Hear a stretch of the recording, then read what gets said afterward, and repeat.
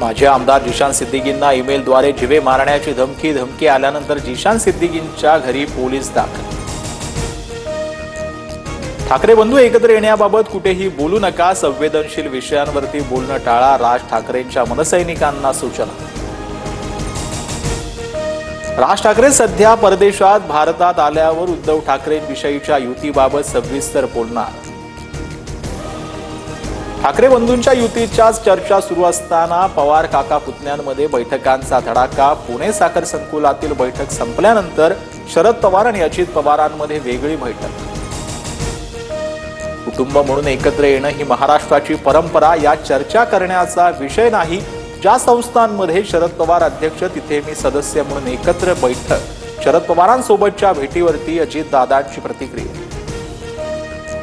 ठाकरे बंधू एकत्र आल्या, शुभेच्छा। पवारही एकत्र आले तर आनंदच, हसन मुश्रीफांची प्रतिक्रिया। तर राष्ट्रवादीची पुढची वाटचाल एनडीए सोबत राहणार, सुनील तटकरेंचं विधान।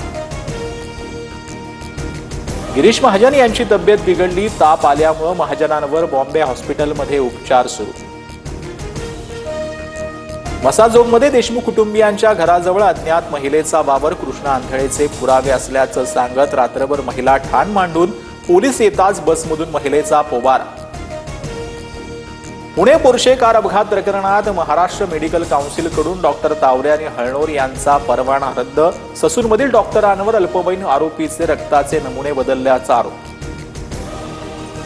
महाराष्ट्रावर पाणी टंचाईचं महासंकट, हंडाभर पाण्यासाठी महिलांचा संघर्ष। विहिरींनी तळ गाठल्यानं पाण्यासाठी अनेक कोस पायपीट, तर 16 जिल्ह्यांमधील अनेक गावात 478 टँकर्सद्वारे पाणी पुरवठा।